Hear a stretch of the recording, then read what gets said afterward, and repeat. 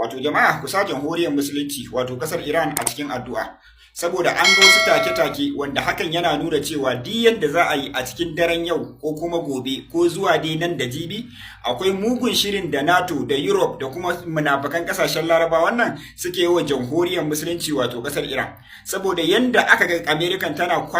tana rage sojojinta, tana rage makamanta a wasu a wasu base nata da yake yankin gabas tsakiya kamar irin su Iraki da su Syria da dai sauran kasashe dai na Larabawa wannan inda kasar American ta jibge dubunnan sojojinta da kuma kayayyakin fadanta to an hango tana rage sojoji mata kuma tana rufe ambasadanta na sauran kasashe wanda kuma wani nuni da aka yi an tabbatar da cewa kasar na kungiyar NATO wato kasar American da NATO da kuma Europe da kuma kasar mamaya suna dab da su kai wa jamhuriyar musulunci hari a cikin daren nan take muka hango jaridar jamhuriyar musulunci wato kasar Iran ta fito ta ce a shirye take duk abin da zai faru tana shirye kuma tana da ikon da tana da shirye duk abin da zai zo ya zo tana shirye za ta iya tunkaransa. Wato jama'a ya kamata mu tashi da addu'a saboda idan wannan abin ya faru fa za a iya wayan gari in dai a nan yankin Larabawa kake to komai zai iya faruwa saboda shiri ne wanda suka shirya duk da ba san irin shirin da jamhuriyar musulunci take da shi a kansu ba amma duk da haka sun ɗauki kasa da cewa su mata taron dangi ƙasa sama da 40 da wani abu na musulmai da na kafirai ɗin wanda ga baki ɗaya suna so su yi rubdugu a kanta ne ita kaɗai ita kuma ta nuna cewa tana shirye da zuwansu kuma sun tabbatar da cewa idan har ba su yi nasara ba duk ƙasashen da aka tabbatar da cewa akwai hannunsu to fa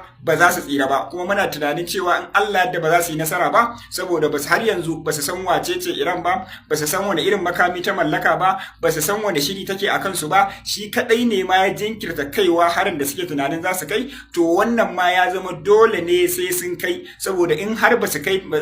tashi tsaye ba to yaranta kanananta za su karar da su musamman yadda aka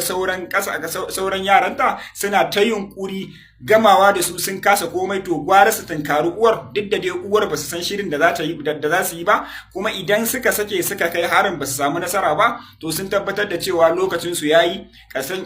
kasar Yahudu yayi karshen American yayi karshen munafikan Larabawa yayi karshen Europe gabaki ɗaya saboda su ne za a kai duka lokacin su yayi saboda babu inda suke tsotsan arziki suka rike kasashen su idan ka cire gabas tsakiya to ta biyun su shine Afirka kuma gabas tsakiya ga jamhuriyar musulunci ta tsaya musu a makogaro duk wani cikas da ake samu a yanzu to sanadin su jamhuriyar musulunci ne shi yasa gwara su yi ta kare kawai tun kafin abu ya zo kansu kuma sun gama shiri sun gama komai amma jamhuriyar musulunci ta fito ta ce ita ma tana shirye saboda haka mu taya su da addu'a akwai yiwuwar cewa za su kai hari duk da dai wannan ba shi ne na farko ba kuma ba shi ne na ƙarshe ba sun sha faɗa amma dai a ƙadamin nan na yanzu wannan shine wanda yake nuna cewa tabbas za su kai harin ko da ba yau ba a cikin 'yan kwanan nan ko gobe da ba dai lokaci a cikin dai kwana biyun nan ana tunanin cewa za su kai kuma insha Allah karshen shi ne yazo saboda haka a yi wa jamhuriyar musulunci wato kasar Iran addu'a da sauran mukawaman mu na ko ta ina kai da ma duniyar musulunci waɗanda suka tsaya wa musuluncin ba waɗanda suke taimakawa Yahuda.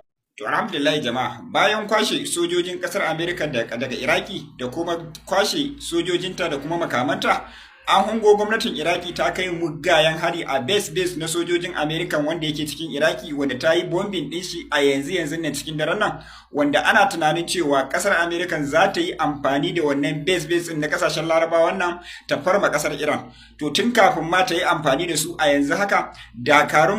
musulunci na Iraki sun bambame dukkan base din da yake cikin Iraki na kasar American da kuma da kuma duk wani guri da office din da kasar American take da cikin Iraki a yanzu dai haka an yi bombing dinsa kuma an hango jiragen yakin kasar American wanda suka fito suka nuna cewa akwai yiwuwar cewa za su kai mugayen farmaki a jamhuriyar musulunci a cikin daren nan wato ga jiragen nan a shirye da kuma sauran base din da yake kasashen Larabawa kun dai san suna ba sai na kama suna ba wanda sun ba su lashisin cewa goyon baya akan cewa su kai wa jamhuriyar musulunci su ma suna nan a shirye duk da dai sun rage sojoji kuma sun rage sauran abubuwa wato dai wannan yana nuna cewa fa za a yi amfani ne ga baki ɗaya domin a yi rubdugu saboda haka mu al'umman musulmi ba abin da ya dace mu ma illa iyaka mu haɗa kai mu yi wa jamhuriyar musulunci addu'a saboda munafukai da kafirai ne za su kai mata hari ubangiji Allah ya bata kariya kuma Allah ya sa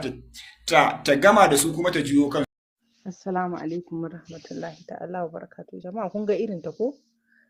Gashi nan chip gaba ɗaya wanda yake kula da harkar nukiliya ta duniya daga Europe da izo Iran a shekarun baya, gashi nan Iran a bayanan da suka zaluku ashe ma yana ɗaya daga cikin wanda yake wa Isra'ila ejen ne na Mossad ma gaba ɗaya, ko a ce ejen ne na Isra'ila. Duk abin da suka tattauna da a Iran kwashewa ake yi yana turawa. Sun shiga zaman da Iran ne ba don komai ba saboda su samu bayanan sirrinta da makamantansu. Abin da suke kenan, ba sun zo don su kula da nukiliya ta siga za ta yi ko ba za ta yi ba. Da suka kwashi bayanan da suke son su kwasa sai suka matsa. Dalilin da aka dinga kai wa ma'aikatan ta hari kenan, aka dinga kashe mata mutane shine irin wannan rawar sojojin kwanaki Saudiya suka ce za su zo su yi da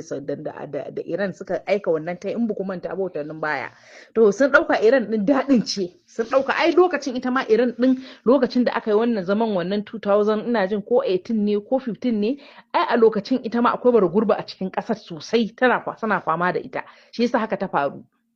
To da suka matso Saudiya suka zo su rawar sojojin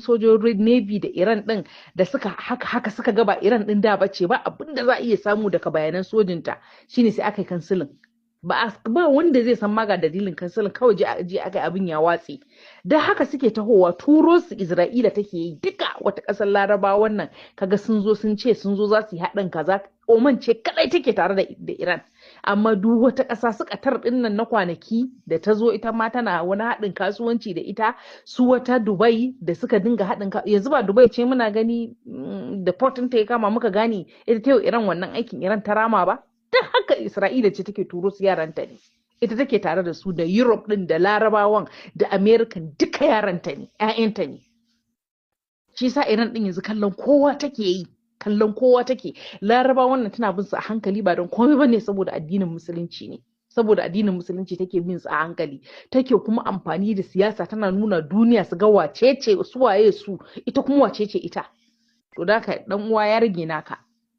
Gaza dai kamar yadda suke faɗa, suka ce sojan da ya shiga maraba ce ta jiki da ruhi, to Gaza dai ita ce ma'auni ta imani da kishiye shi. In ka bi Laraba wannan ka bi su ala basiratan, ka san wa kake bi, kana fifita aqidar ka ne akan Annabi Muhammadu, shikenan zaba kai, ka zaba aqida akan addinin da aka kawo maka shi. Idan ka rabu da Laraba wannan to ka zabi aljannar ka ne, shine saboda dai su sun nuna suna tare da Isra'ila kuma muke addinin musulunci ce, ka gani. To me kake nema kuma? Babu wani abu da kake nema sama da wannan.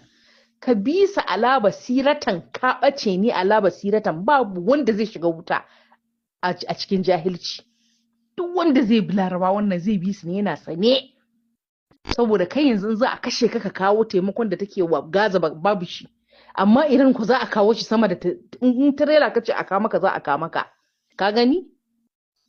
To zaka zabi inda addini yake, duk abin da kake nema na Larabawa ya riga ya fito, babu wani abu kuma da kake jiran ya fito daga gari da ya fito ka gani. Allah ya rufa mana asiri. Wannan dai ta sha Iran, ta sha a wannan kuma dai su nemi wani. Wannan dawon ma da suka yi na ai tattaunawa duka a tunanin su wani sirrin suke son su gani, suna ganin wannan missile din nata, su wannan shahid din so suke su ga da ya ta hada shi da makamantansu.